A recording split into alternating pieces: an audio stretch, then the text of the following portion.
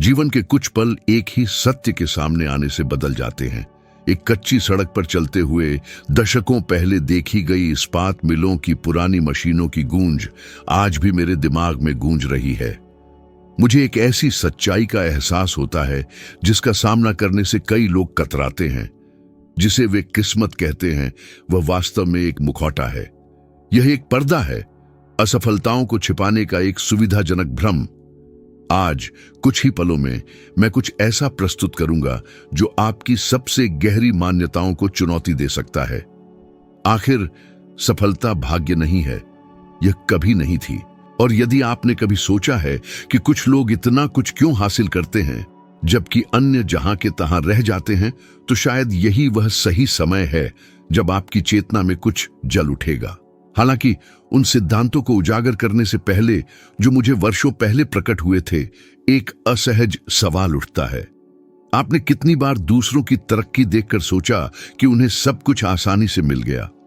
कितनी बार आपने खुद को समझाया है कि आपको सही अवसर नहीं मिले या आपका नसीब अच्छा नहीं था? सच कहूं तो ऐसे विचार किसके मन में नहीं आते? बकाया बिलों, भविष्य की अनिश्चितता और यह महसूस करने पर कि जीवन एक कदम आगे बढ़ता है और आप 2 कदम पीछे हैं। भला किसने खुद को कम महसूस नहीं किया? और ठीक इसी भावनात्मक खालीपन में भाग्य का भ्रम मजबूत होता है।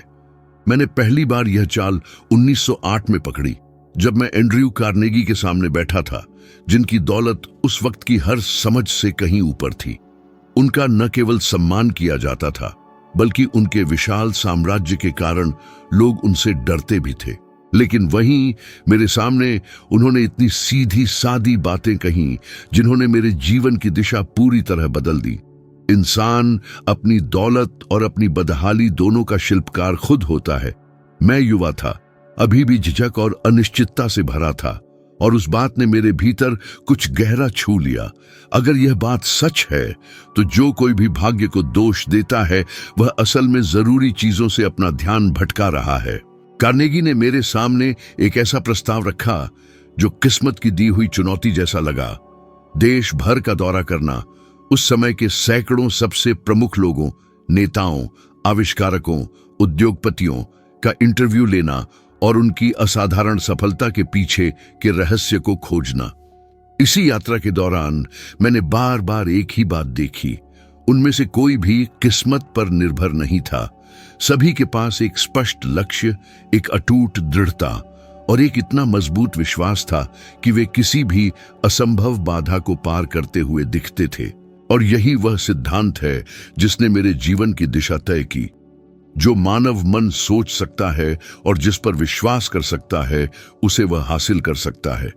यह किसी सार्वभौमिक जादू के कारण नहीं है, बल्कि इसलिए है क्योंकि एक अनुशासित मन सटीकता, बहादुरी और दृढ़ता के साथ काम करता है, भले ही आसपास की परिस्थितियां बिगड़ जाएं। लेकिन यह मत सोचिए कि यह कोई कोरी कल्पना है, क्योंकि मैंने खुद साक्षात इस सच्चाई की कीमत चुकाई है। मेरे जीवन में एक ऐसा दौर आया जब मैंने अपनी लगभग सारी संपत्ति गंवा दी थी। आर्थिक स्थिति इतनी खराब थी कि मैं अपने परिवार का भरण पोषण मुश्किल से कर पाता था। मुझे एक रात याद है जहां पूरी तरह सन्नाटा था, सिवाय खिड़की पर हवा की आवाज के। मैं मेज पर बैठा था, एक खाली कागज को घूर रहा था, जिम्मेदारी का भारी बोझ महसूस कर रहा था। निराशा, डर, अनिश्चितता, यह सब मेरे भीतर खौल रहा था। और यह मानने की प्रबल इच्छा थी कि मैं दुर्भाग्य का शिकार हूं।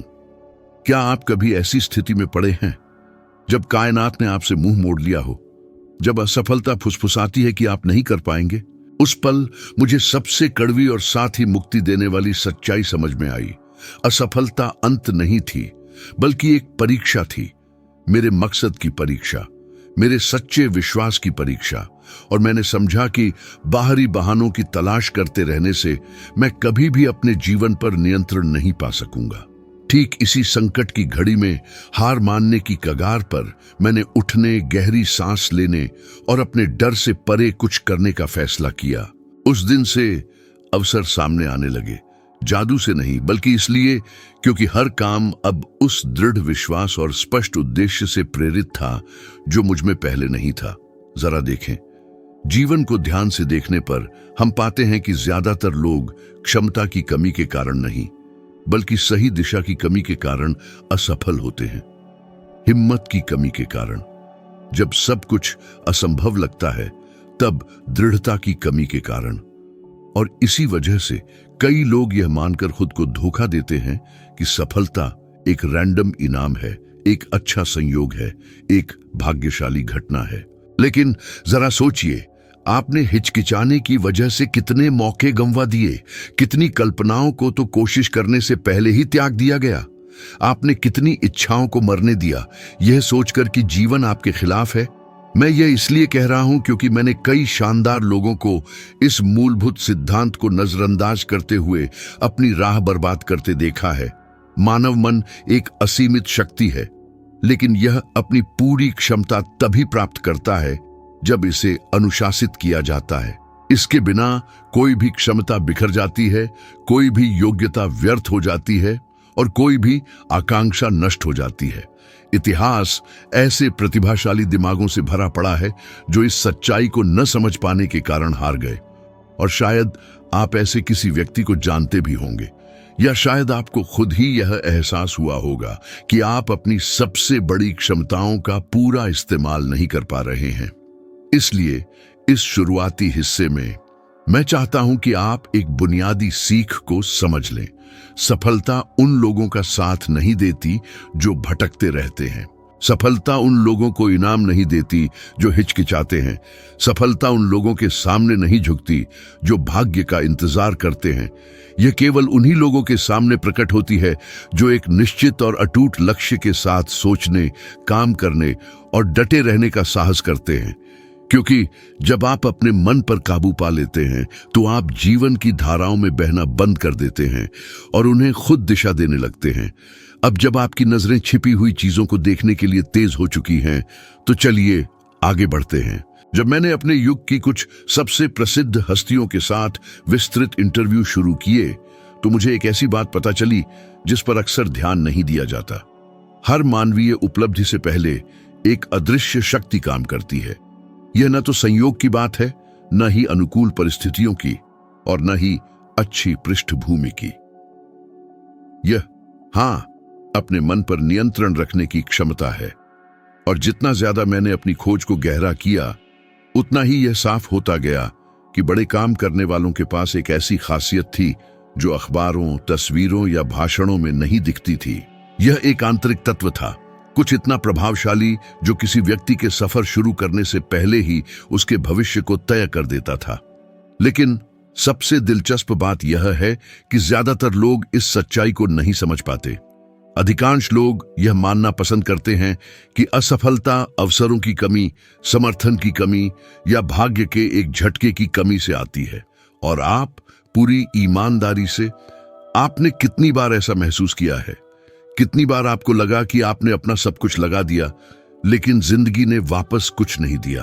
कितनी बार आपने दूसरों की तरक्की देखकर पूछा है, मुझे क्यों नहीं मिला? क्या यह अक्सर नहीं होता कि आप अनिश्चितताओं, डरों और छाती में उस बेचैनी के साथ जागते हैं जो बताती है कि कुछ भी काम नहीं करेगा?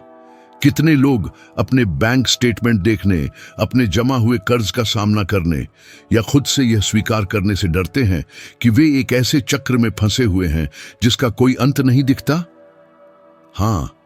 इसका एक कारण है, मानव मन। जब अपनी धुन पर छोड़ दिया जाता है तो कोरी कल्पनाएं गढ़ता है। यह जोखिम को बढ़ा देता है, डर को और गहरा करता है और इंसान को निष्क्रिय कर देता है।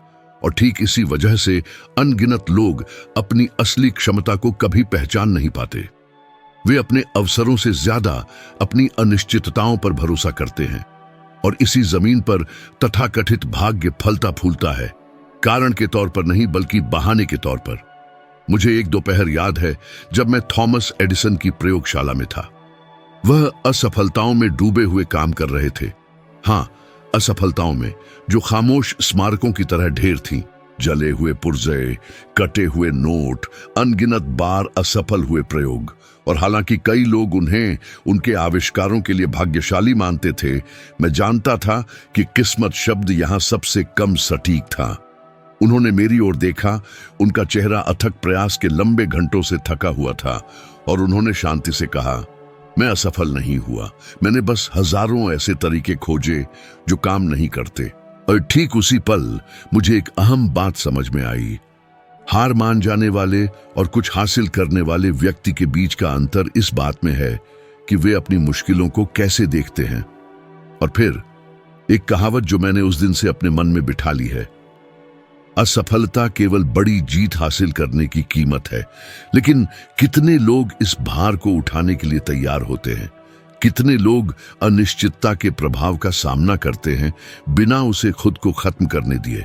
कितने लोग आगे बढ़ते रहते हैं भले ही दुनिया उन्हें अकेला छोड़ती हुई दिखे? लचीलेपन की बात करें तो शायद जो मैं आगे कहूंगा वह आपको हैरान कर देगा। मैं भी अपने ही मन का शिकार हो चुका था। मेरे जीवन में एक समय ऐसा था जब मैं एक ऐसे काम में लगा था जो मेरी आर्थिक स्थिति में क्रांति लाने का वादा कर रहा था। मुझे उस पर पूरा भरोसा था। जैसे जैसे समय बीता मुझे एहसास हुआ कि मैं बेईमान लोगों द्वारा ठगा गया था। मैंने महीनों अपनी ऊर्जा और कीमती संपत्ति बर्बाद कर दी। जब मुझे स्थिति का पता चला तो असफलता के एहसास ने मुझे लगभग जकड़ लिया था। क्या आपने कभी ऐसा महसूस किया है कि आपको धोखा दिया गया हो, कि आपने सिर्फ कल्पनाओं के आगे घुटने टेक दिए हों, कि आप खुद से ही हार गए हों? दर्द बहुत गहरा था। इसने न केवल मेरी संपत्ति बल्कि मेरे आत्मसम्मान को भी चोट पहुंचाई। उसी क्षण मुझे एक मूल्यवान बात समझ में आई।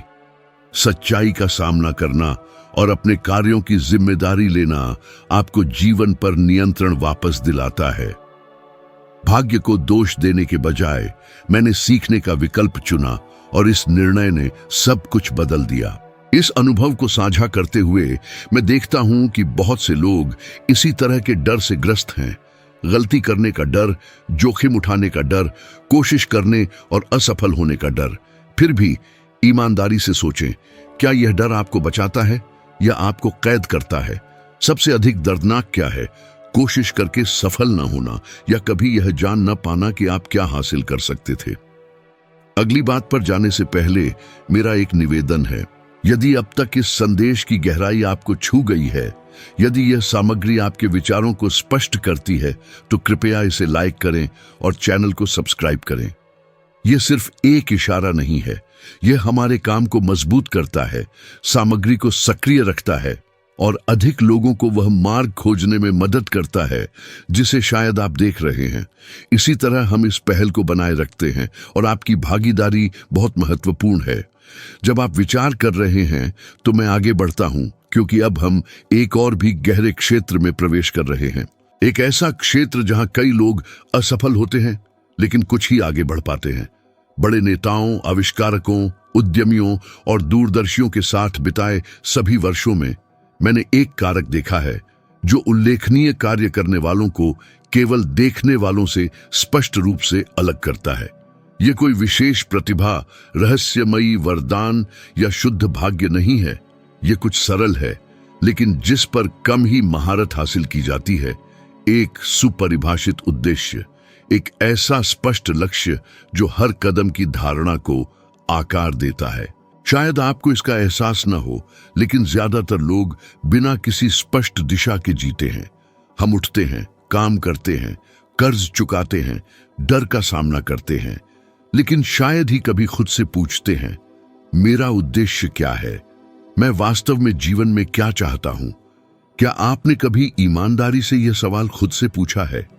क्या आपने कभी आईने में देखा है और अपनी इच्छाओं को, यहां तक कि सबसे डरावनी इच्छाओं को भी कबूल किया है? यह दिलचस्प है कि कैसे कई लोग असफलता के डर से कभी लक्ष्य निर्धारित करना पसंद नहीं करते, यह मानते हुए कि वे इस तरह असफल होने से बचेंगे। लेकिन यह एक भावनात्मक जाल है। उद्देश्य के बिना कोई असफल नहीं होता, वह बस मिट जाता है। अपनी यात्राओं में मैं हर सामाजिक स्तर के लोगों से मिला हूं।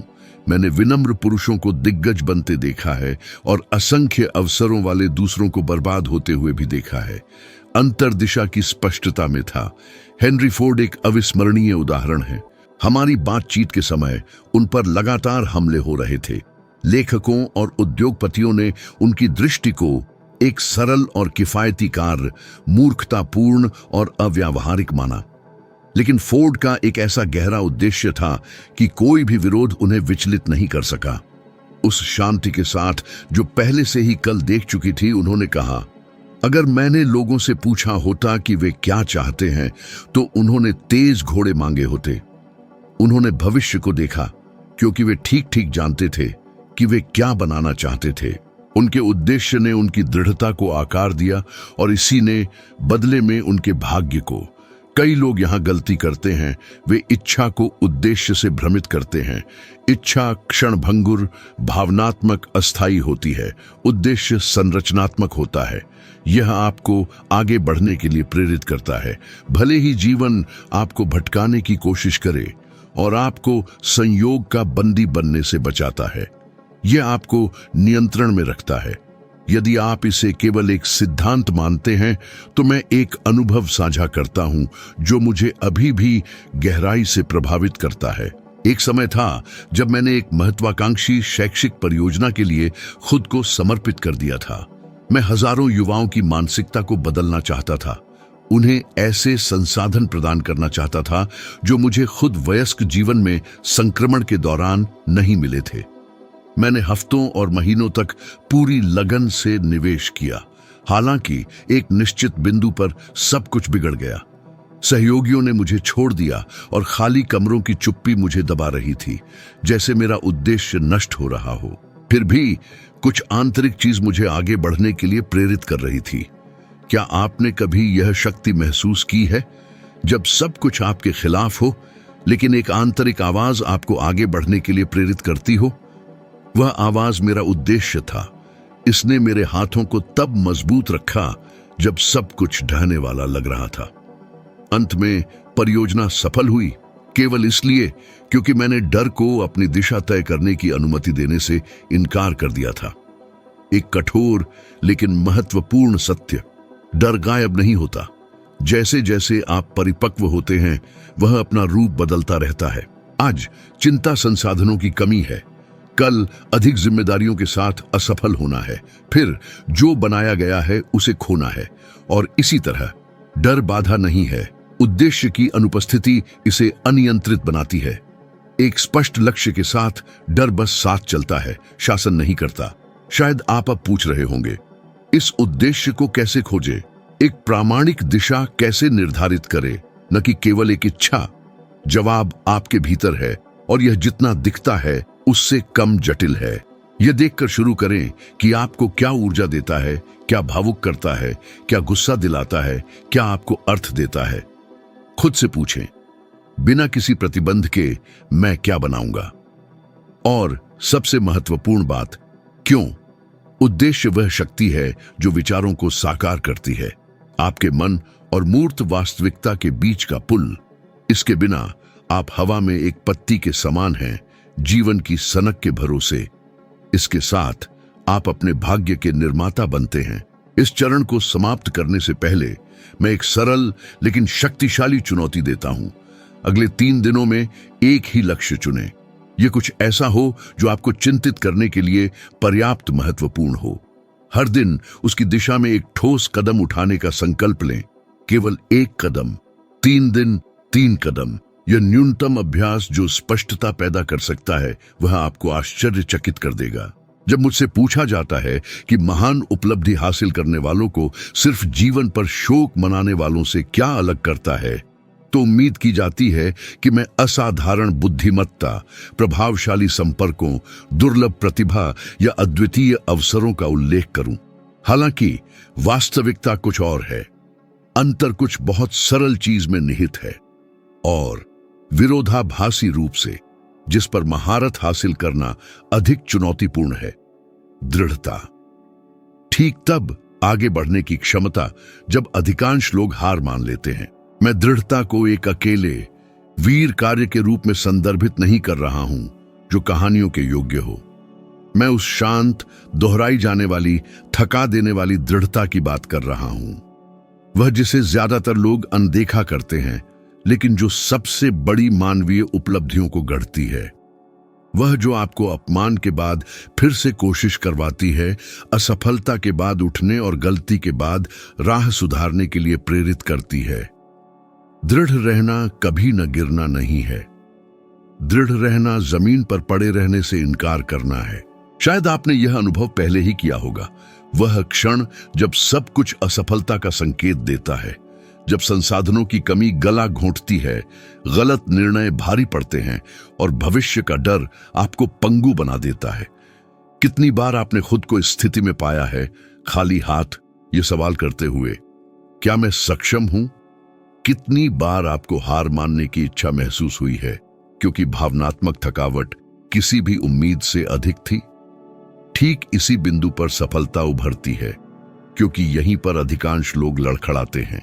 एक बार महान रणनीतिकारों के जीवन का अध्ययन करते हुए मुझे एक ऐसा उदाहरण मिला जो आज भी मेरे साथ है। विंस्टन चर्चिल, हाल के इतिहास के कुछ सबसे अंधकारमय अवधियों में एक केंद्रीय व्यक्ति, ने एक वाक्यांश कहा जो उनकी भावना को संक्षेप में बताता था। कभी नहीं, कभी नहीं, कभी हार मत मानो। उनकी विवादास्पद पसंदों के बावजूद यह अकाट्य है कि विपरीत परिस्थितियों में उनकी दृढ़ता ने न केवल उन्हें बल्कि पूरे राष्ट्र को सहारा दिया। यह दृढ़ संकल्प भाग्य नहीं है, यह भावनात्मक साहस है। यह दुनिया के विरोध के बावजूद भी अडिग रहने की क्षमता है। मुझे कुछ व्यक्तिगत एक अदृश्य निशान साझा करने दें। जवानी में मैंने एक कोयले की खान में काम किया था। एक दमनकारी अंधेरा वातावरण जिसमें ऐसी गंध थी जो त्वचा में समा जाती थी। मैं, एक युवा जो जीवित रहने की कोशिश कर रहा था, एक आंतरिक बेचैनी महसूस करता था। यह निश्चितता कि मेरा जीवन केवल वहीं तक सीमित नहीं रहेगा। एक दिन घंटों की थकाऊ मेहनत के बाद मैंने एक आदमी को टूटते हुए देखा। वह थका हुआ, हारा हुआ, भावनात्मक रूप से टूटा हुआ था। उसकी खाली आंखों से केवल काम छोड़ने की नहीं, बल्कि अपने अस्तित्व को भी त्यागने की भावना झलक रही थी। उस बात ने मुझे बहुत गहराई से प्रभावित किया। मुझे कुचले हुए कोयले की दबी हुई आवाज, पुरुषों के बीच छाए भारी सन्नाटे और वातावरण के हर कोने में व्याप्त कड़वी भावना याद है। उस दम घूंटने वाले माहौल में मुझ में एक निश्चितता पैदा हुई। मैं कौन हूं, इस बात से मैं पीछे नहीं हट सकता। मैं अपनी उपस्थिति को केवल परिस्थितियों की क्रूरता से ही आकार लेने की अनुमति नहीं दूंगा। क्या आपने कभी ऐसा कोई पल अनुभव किया है? वह दृश्य जो भले ही महत्वहीन लगे, एक गहरे भावनात्मक घाव में बदल जाता है, जो कभी पूरी तरह से नहीं भरता और जो आपको एक मौलिक निर्णय लेने के लिए प्रेरित करता है। ठीक उसी दिन मैंने खुद से एक गंभीर वादा किया था।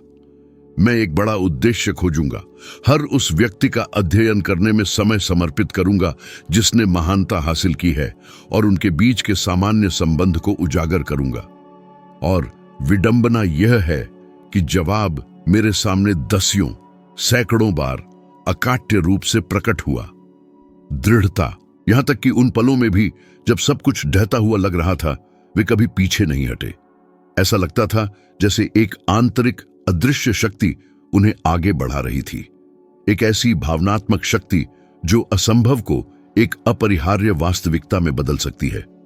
इन पुरुषों को देखकर मैंने एक मार्मिक बात समझी। लगन सफलता की सार्वभौमिक भाषा है। जो इस भाषा में महारत हासिल नहीं करता, उसके अपेक्षित परिणाम उसे कभी नहीं मिलेंगे। सीधा और सरल। फिर भी एक और भी गहरा बिंदु है जिसे मैं अब उजागर करना चाहता हूं। भावना और कर्म के बीच का आंतरिक संबंध। यद्यपि उस अवधि में मैं किसी वैज्ञानिक अध्ययन या आधुनिक शोध का हवाला नहीं दे सकता था जो बाद में सामने आए, मैं दशकों के अपने अवलोकन के आधार पर पूर्ण निश्चितता के साथ कह सकता हूं कि जिन व्यक्तियों ने अटूट विश्वास, साहस, दृढ़ संकल्प और एक संक्रामक उत्साह जैसी रचनात्मक भावनाओं को विकसित किया, उन्होंने लक्ष्यों में कहीं अधिक स्पष्टता और बाधाओं के सामने अद्भुत लचीलापन दिखाया। दूसरी ओर, जो लोग डर, क्रोध, असुरक्षा और संदेह के चंगुल में जीते थे, वे लगातार ठोकर खाने, आवेगपूर्ण और आत्मघाती निर्णयों के एक अंतहीन चक्र में फंसे हुए प्रतीत होते थे। मैंने महसूस किया कि भावना यात्रा के लिए एक शक्तिशाली ईंधन होने के साथ साथ प्रगति को नष्ट करने वाला एक सूक्ष्म विष भी थी। शायद आपने भी इसी द्वंद्व को महसूस किया होगा। जब प्रेरणा उमड़ती है तो सब कुछ बिल्कुल संभव लगता है, लेकिन जिस पल डर हावी हो जाता है, सबसे साधारण कदम भी एक दुर्गम पहाड़ बन जाता है। कितनी बार आपने इस पंगु कर देने वाली भावना के कारण कुछ नया करने से परहेज किया, कितनी अनमोल अवसर खो गए क्योंकि डर आपकी अपनी क्षमताओं और योग्यताओं से अधिक वास्तविक प्रतीत होता था। तो यह समझें, सच्ची लगन तभी प्रकट होती है जब आप अपनी भावनाओं पर हावी होते हैं, जब आप यह स्वीकार करते हैं कि डर को शायद पूरी तरह से कभी खत्म नहीं किया जा सकता, लेकिन महत्वपूर्ण रूप से इसे नियंत्रित किया जा सकता है और किया जाना चाहिए। यह एक चुनौती है केवल उन लोगों के लिए जो वास्तव में अपने अस्तित्व को बदलना चाहते हैं। अगले 7 दिनों तक एक ऐसा महत्वपूर्ण कार्य चुनें जो आपको असहज करता हो, कुछ ऐसा जिसे आप जानते हैं कि किया जाना चाहिए, लेकिन जिसे आप व्यवस्थित रूप से टालते रहते हैं, और इसे प्रतिदिन बिना किसी चूक या रुकावट के करने का संकल्प लें। बस 7 दिन, यह निरंतर लगन का कार्य होगा। आप वास्तव में उस अद्भुत भावनात्मक शक्ति से आश्चर्यचकित होंगे जो यह अभ्यास आपके भीतर जगाने और मजबूत करने में सक्षम होगा। अब हम उस बिंदु पर आ गए हैं जहां सभी विचार आपस में गूंथे हुए हैं, जैसे एक पुरानी घड़ी के जटिल पुर्जे जो अंततः पूरी तरह से संरेखित होने पर समय को नियंत्रित करने वाले सच्चे गुप्त तंत्र को उजागर करते हैं। अब तक हमने आवश्यक उद्देश्य, अटूट दृढ़ता, मन पर नियंत्रण और उस भावनात्मक शक्ति पर चर्चा की है जो जटिल मानवीय यात्रा के हर कदम को गति देती है। लेकिन अब मेरा इरादा कुछ और भी गहरा और खुलासा करने वाला उजागर करना है। इस बात का निर्णायक प्रमाण कि सफलता संयोगवश मिली किस्मत का मामला नहीं है, बल्कि स्पष्ट सोच, दृढ़ निर्णय और अनुशासित व सुसंगत कर्म के सटीक संयोजन का परिणाम है। और इससे पहले कि हम आगे बढ़ें, मैं आपसे एक सचमुच ईमानदारी से खुद से यह सवाल पूछने को कहता हूं। कितनी बार किसी सफल व्यक्ति को देखकर आपने सोचा है कि वह तो बस किस्मत लेकर पैदा हुआ था? कितनी बार आपने यह माना कि कुछ दरवाजे दूसरों के लिए महज इत्तेफाक से खुले, कि जीवन कुछ लोगों के प्रति स्पष्ट रूप से अधिक उदार रहा और इसके विपरीत आपके साथ अधिक निर्मम? कितनी बार आपने असफलता के दर्द को कम करने के लिए या जब योजनानुसार चीजें नहीं हुई तो कुछ सांत्वना पाने के लिए किस्मत के विचार का सहारा लिया? इस तरह सोचना पूरी तरह से स्वाभाविक है। अधिकांश लोग ऐसा ही सोचते हैं। यह धारणा एक प्रकार के भावनात्मक कंबल की तरह काम करती है जो हमें जिम्मेदारी से एक झूठी सुरक्षा प्रदान करती है, लेकिन विरोधाभासी रूप से हमें एक सीमित मानसिकता में भी फंसाती है। अनगिनत दशकों के दौरान जब मैंने असाधारण पुरुषों का अध्ययन करने में खुद को समर्पित किया, तो मुझे एक ऐसा पैटर्न मिला जो इतना स्पष्ट था कि यह मेरे कानों में गूंजता हुआ प्रतीत होता था। भाग्य अपने मूल में केवल उन्हीं के लिए प्रकट होता है जो पहले से ही ठीक से तैयार होते हैं। यह असावधानों के पास नहीं जाती, यह आलसियों को प्राथमिकता नहीं देती, और यह निश्चित रूप से उन पर नहीं मुस्कुराती जो अपना जीवन अपनी निष्क्रियता और ठहराव को सही ठहराते हुए बिताते हैं।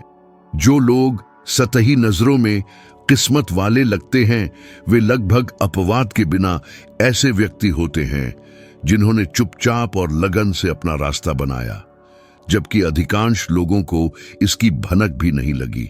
ये वे लोग हैं जिन्होंने रातों की नींद हराम की, कठोर आलोचनाओं का सामना किया, बार बार गलतियां की, लेकिन सबसे बढ़कर कभी भी अपने मूलभूत उद्देश्य से विचलित नहीं हुए। इस संबंध में मेरी समझ को गहराई से अंकित करने वाला एक उदाहरण है जिसमें एक ऐसे व्यक्ति का जिक्र है जिसकी यात्रा ठीक इसी अवधारणा को चित्रित करने के लिए लिखी गई प्रतीत होती थी। Franklin Delano Roosevelt. कई लोग उन्हें एक सचमुच प्रबुद्ध नेता के रूप में देखते थे, कोई ऐसा व्यक्ति जो नियतिवश अपने सिर पर एक चमकते तारे के साथ पैदा हुआ था। लेकिन बहुत कम लोग उस अथाह भावनात्मक कीमत को जानते हैं जो उन्होंने इतिहास के सबसे अशांत और चुनौतीपूर्ण दौर में हर महत्वपूर्ण निर्णय, हर कहे गए शब्द और हर प्रदर्शित साहसपूर्ण कार्य को बनाए रखने के लिए चुकाई। उन्होंने सिर्फ विशाल राष्ट्रीय संकटों का सामना नहीं किया, उन्होंने अपनी कमजोरियों के खिलाफ एक अंतरंग, शांत लेकिन अविश्वसनीय रूप से विनाशकारी लड़ाई भी लड़ी, और फिर भी वे अडिग और दृढ़ रहे। यह महज किस्मत से नहीं, बल्कि एक अटूट दृढ़ संकल्प से था, एक स्पष्ट उद्देश्य के कारण, अपनी स्वयं की दृष्टि में एक अटूट विश्वास के कारण।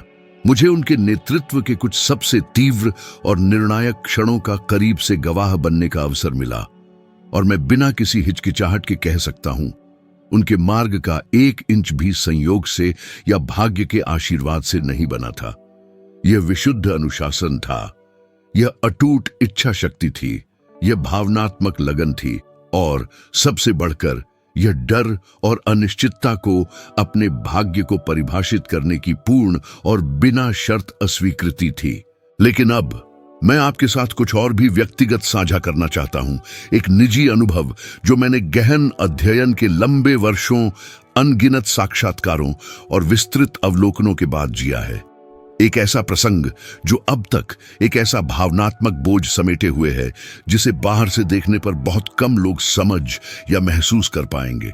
मैं एक पांडुलिपि के काम में डूबा हुआ था, जिसे मैं वास्तव में अपने जीवन में सीखी गई हर चीज का सबसे पूर्ण और निर्णायक संश्लेषण मानता था। मैंने इस काम को महीनों तक लगातार समर्पित किया। मैं सुबह के शुरुआती घंटों में उठता, शाम तक लगन से लिखता और हर पंक्ति के साथ महसूस करता कि मैं एक सचमुच महत्वपूर्ण विरासत का एक आवश्यक हिस्सा बना रहा हूं। हालांकि एक शांत और अप्रत्याशित रात मैंने अपनी कार्यमेज को पूरी तरह से अस्त व्यस्त पाया, और उस पांडुलिपि का एक महत्वपूर्ण हिस्सा बस गायब हो गया था, खो गया था। मेरी एक गलती, एक क्षणिक लापरवाही, देखभाल में एक अकेली चूक, और वह जो महीनों की गहन लगन को दर्शाता था, वह रहस्यमय तरीके से गायब हो गया था। मैं पूरी तरह से स्थिर हो गया। मुझे स्पष्ट रूप से याद है कि मैंने अपने हाथ मेज पर भारीपन से टिका दिए, और एक ऐसी गहरी, इतनी जबरदस्त निराशा ने मुझे घेर लिया कि ऐसा लगा जैसे मेरे फेफड़ों से हवा निकल रही हो। क्या आपने कभी ऐसा कुछ अनुभव किया है?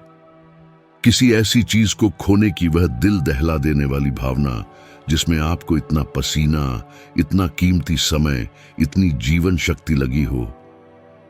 जैसे कि अचानक किसी ने क्रूरता से आपका एक मूलभूत हिस्सा छीन लिया हो। कुछ लंबे मिनटों तक मैंने सब कुछ छोड़ने की संभावना पर गंभीरता से विचार किया, बस यह स्वीकार करने पर कि शायद वह यात्रा मेरे लिए नहीं थी। उस हताशा के आगे पूरी तरह से झुकने पर, जिसे मैंने इतने लंबे समय से दूसरों को सामना करने और दूर करने के लिए सिखाने में खुद को समर्पित किया था। लेकिन फिर अचानक एक सुलगते अंगारे की तरह जो फिर से जल उठता है, मेरे अंदर कुछ गहरा जागा। एक दृढ़ आंतरिक आवाज, लगभग अश्रव्य लेकिन क्रिस्टल स्पष्टता से भरी हुई, फुसफुसाई, यदि यह वास्तव में महत्वपूर्ण है तो फिर से शुरू करो। और मैंने ठीक वैसा ही किया। मैंने फिर से शुरू किया, शब्द दर शब्द, विचार दर विचार। और जब मैंने अंततः काम पूरा किया, कुछ दिनों बाद थका हुआ, मैंने एक नई स्पष्टता के साथ महसूस किया कि वह शुरुआती नुकसान कोई दंड या सजा नहीं था, बल्कि मेरे काम के लिए एक शक्तिशाली परिष्कारक था। नई पांडुलिपि निस्संदेह अधिक मजबूत थी, अपने संदेश में अधिक स्पष्ट थी और मेरे मूल उद्देश्य के प्रति कहीं अधिक वफादार थी।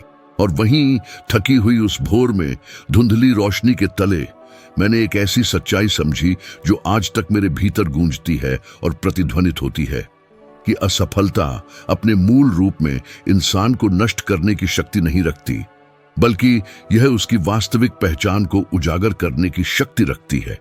और अब मैं आपसे कुछ बेहद जरूरी बातों पर ध्यान देने का आग्रह करता हूं। इस क्षण तक मैंने आपसे जो कुछ भी साझा करने का अवसर पाया है, उसकी जड़ में किस्मत या महज संयोग का कोई हाथ नहीं था। जीवन का उद्देश्य भाग्य पर निर्भर नहीं करता, अडिग लगन भाग्य पर निर्भर नहीं करती। भावनात्मक अनुशासन जो आत्मनियंत्रण के लिए मौलिक है, भाग्य पर निर्भर नहीं करता। और फिर से शुरू करने का साहसिक कार्य तब भी जब कोई घायल और हतोत्साहित हो, वह भी बिल्कुल भाग्य पर निर्भर नहीं करता। यह एक ऐसा वाक्य है जिसे यदि आप वास्तव में अपने दिल में उतार लें और गहराई से आत्मसात कर लें, तो यह आपके जीवन की दिशा को मौलिक रूप से बदलने की शक्ति रखता है। सफलता कोई उपहार नहीं है जो हमें दिया जाता है। यह सबसे पहले एक सावधानी पूर्वक निर्माण है। इस इमारत को बनाने वाली हर एक ईंट को उस व्यक्ति के सचेत और निरंतर प्रयास से सावधानी पूर्वक रखा जाता है, जो भाग्य की सरल कहानी को नियति का एकमात्र चालक मानने से पूरी तरह इनकार करता है। लेकिन अपने मूल में एक अंतिम कड़ी है जो हमने जिन सभी बातों पर चर्चा की है उन्हें पूरी तरह से जोड़ती और सामंजस्य बिठाती है। वह है कर्म। कोई भी कर्म नहीं, बल्कि एक सुविचारित, निरंतर और दृढ़तापूर्वक निर्देशित कर्म। क्योंकि एक भव्य विचार जो ठोस कर्म के साथ नहीं आता, केवल एक सपना बनकर रह जाता है। एक तीव्र इच्छा जो कर्म में नहीं बदलती, महज एक क्षणभंगुर भ्रम है। एक अडिग विश्वास जो कर्म में प्रकट नहीं होता, वह वास्तव में केवल आलस्य है।